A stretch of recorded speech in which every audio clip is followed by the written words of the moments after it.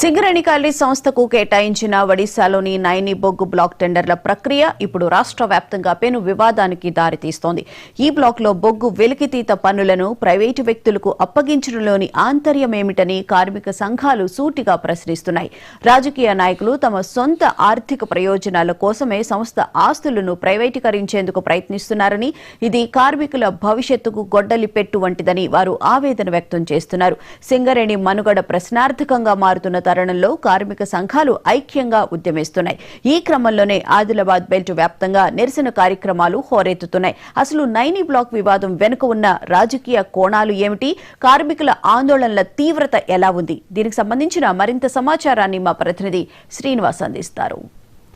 తెలంగాణలో నైని బొగ్గు బ్లాక్ వివాదం రోజు ప్రకంపనలు సృష్టిస్తుంది. ముఖ్యంగా అధికార ప్రతిపక్ష పార్టీల మధ్య మాటల యుద్ధాన్ని రేకెత్తిస్తుంది. ముఖ్యంగా టెండర్లో అవకతవకలు జరిగాయని ఆరోపిస్తూ ప్రతిపక్షాలు ఆరోపిస్తున్నటువంటి నేపథ్యంలో అధికార పార్టీకి సంబంధించినటువంటి ఉప ముఖ్యమంత్రి బట్టి స్వయంగా తిప్పికొట్టే ప్రయత్నం చేయడం జరిగింది. ముఖ్యంగా నైని బొగ్గు బ్లాక్కు సంబంధించిన వివాదంలో కార్మికులు ఏమనుకుంటున్నారు, కార్మిక సంఘ నాయకులు ఏమనుకుంటున్నారు అనే విషయాన్ని మనం తెలుసుకునే ప్రయత్నం చేద్దాం. మనతో పాటుగా హెచ్ఎంఎస్ నేత రియాజ్ గారు ఉన్నారు.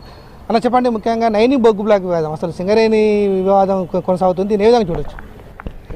ఇది పొలిటికల్ లీడర్స్, కాంట్రాక్టర్స్కు తెర వెనుక పొలిటికల్ లీడర్స్ ఉన్నారు. వాళ్ళే లొటపేట పెదవులకు నక్క ఆశపడ్డట్టు నాకు రావాలి ఈ టెండర్, నాకు రావాలని టెండర్ అని ఇది కొట్లాట పెట్టుకున్నారు, తగాదా పెట్టుకుంటున్నారు. ఇది సింగరేణి కంపెనీ అంటే మంచి కంపెనీ ఉండే సిస్టమేటిక్ కరప్షన్ కంపెనీ లాగా తయారైంది. దీంట్లో అసలు ఏ కాంట్రాక్టర్ అవసరం లేదు. వాళ్ళు పైసల డబ్బుల కొరకే బీఆర్ఎస్ చేసిన తప్పు కాంగ్రెస్ అదే చేస్తుంది, మధ్యలో బీజేపీ ఎంటర్ అయ్యి బీజేపీకి అదే చేస్తుంది. ఈ ముగ్గురు కలిసి సింగరేణిని సర్వనాశనం చేసే ప్రయత్నం చేస్తున్నారు. ట్రేడ్ యూనియన్ నాయకులు గట్టిగా ఉంటే వీళ్ళెవరిని అడుగు పెట్టకుండా మన సింగరేణి కంపెనీ కార్మికుల ద్వారానే నైనిలో పని చేయిస్తే 30 సంవత్సరాలు ఆ ప్రాజెక్టు లైఫ్ ఉంది. హయ్యెస్ట్ ప్రొడక్షన్ వస్తుంది, బొగ్గు మీద ఉంది. చేతులతోటి మట్టి ఇట్లా తీసేస్తే బొగ్గు కనబడుతుంది, బొగ్గు అమ్ముకోవచ్చు.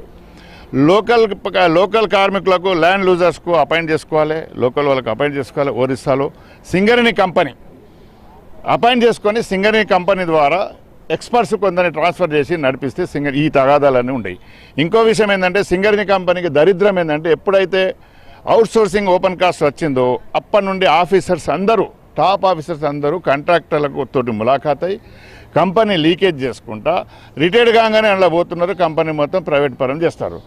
రాజకీయ నాయకులు ఎక్కడ ఏం దొరుకుతుందని చూస్తున్నారు. ఏ పొలిటికల్ అందరూ ఒకటే, టీఆర్ఎస్ ఒకటే, బీఆర్ఎస్ ఒకటే, కాంగ్రెస్ ఒకటే, బీజేపీ ఒకటే.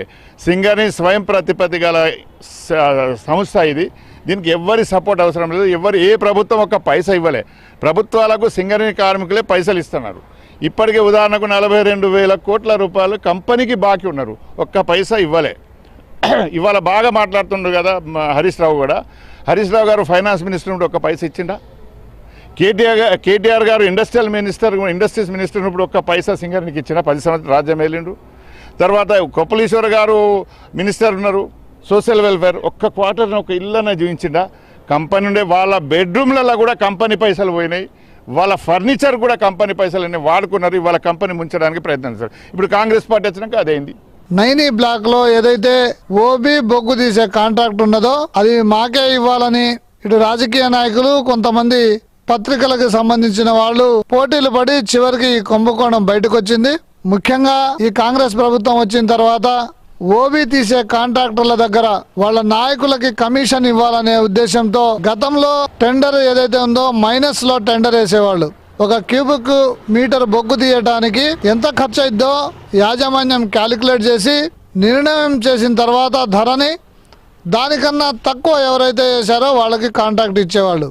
కానీ ఈ ప్రభుత్వం వచ్చిన తర్వాత ప్రభుత్వంలో ఉన్న పెద్దలు కాంట్రాక్టర్లని పిలిచి కూర్చోబెట్టి 10% కమిషన్ మాకు ఇవ్వాలి, కంపెనీ నిర్దేశించిన దానికన్నా ఎక్కువ 10%కి మీరు కాంట్రాక్ట్ ఇవ్వాలి అని వాళ్ళని ఒప్పించడం, ఏదైతే వాళ్ళకు టెండర్ ఫారంలు ఇవ్వడం అనేది ఇది ఒక కుంభకోణం. చాలా ఆర్థిక దోపిడీకి గురయ్యి ఈరోజు మా ఉద్యోగ భద్రత కష్టమైపోయింది. ఇప్పుడు చూసినట్టయితే మా డివిజన్లో ఉన్న ఒక ఓసీ ఆల్రెడీ నడవకుండా బంద్ అయిపోయింది. ఆ కాంట్రాక్టర్కి ఎలాంటి అనుభవం లేకుండా రోడ్డు కాంట్రాక్ట్ చేసుకునే కాంట్రాక్టర్ని తీసుకొచ్చి ఈ బొగ్గులో ఇవ్వడం ద్వారా ఆ కాంట్రాక్టర్లు సరిగా ఊబి తీయలేక, మేము బొగ్గు తీయడానికి వాళ్ళు మాకు సహకరించక చాలా ఇబ్బందులు పడుతున్నాము. ఇలాంటి ఇప్పటికైనా ప్రభుత్వము సింగరేణి యాజమాన్యం ఇద్దరు కూడా ఖచ్చితంగా సింగరేణిలో అనుభవం ఉన్న కాంట్రాక్టులకి అవకాశం ఇచ్చి వారి ద్వారానే ఊపిదించే విధంగా చేయాలని, తర్వాత ఇందులో జరుగుతున్న రాజకీయ జోప్యాన్ని తప్పించి మా ఉద్యోగ భద్రతపై దృష్టి సారించాలని మేము కోరుకుంటున్నాం. సింగరేణి సంస్థను పూర్తిగా నిర్వీర్యం చేసే దిశగా, సింగరేణి సంస్థ పూర్తిగా నష్టపోయే దిశగా ఇదే కొనసాగితే సింగరేణి ప్రైవేటీకరణ అయ్యే అవకాశం ఉంటుంది. మరి దీన్ని ప్రభుత్వం, రాష్ట్ర ప్రభుత్వం, కాంగ్రెస్ ప్రభుత్వం, ముఖ్యమంత్రితో సహా మంత్రులతో అందరు దీన్ని ఇన్వాల్వ్మెంట్ అవుతున్నారు. వేలాది కోట్లు దానుకోవడానికి ప్రయత్నం చేస్తున్నారు. ముఖ్యంగా సింగరేణి కార్మికులు దీన్ని దృష్టిలో పెట్టుకోవాలి. రాష్ట్ర ప్రజలు కూడా దృష్టిలో పెట్టుకొని కాంగ్రెస్ ప్రభుత్వం వచ్చిన తర్వాత ఏమైనా దాచుకో అనే దిశగా పోతున్నారు. కాబట్టి దీన్ని మేము తీవ్రంగా వ్యతిరేకిస్తున్నాం. సింగరేణిలో ముఖ్యంగా కాంట్రాక్టర్ వ్యవస్థను రద్దు చేయాల్సిన అవసరం ఉంది. సింగరేణి కార్మికులే బొగ్గు వెలికి తీసుకోవడానికి సిద్ధంగా ఉన్నారని చెప్తున్నారు. రాజకీయ నాయకులు తమ ఆర్థిక స్వలాభం కోసమే సింగరేణిలో ఇలాంటి అవకతవకలు పాల్పడుతున్నారు. సింగరేణులను భూస్థాపితం చేసే విధంగా ప్రయత్నాలు చేస్తున్నారు. కాపాడే ప్రయత్నాలు చేయడం లేదు. కాబట్టి కార్మిక సంఘాలుగా మేమే ముందు వెళ్తాము, మేమే కార్మికులను ఐక్యంగా చేసుకొని పోరాటాలు చేస్తామని అయితే హెచ్ఎంఎస్ నేతలు చెప్తాం. చూడాలి మరి 9 బొగ్గు బ్లాక్ వివాదం ఏ విధంగా ముందు ఎలాంటి మార్పులు తిరుగుతుందో.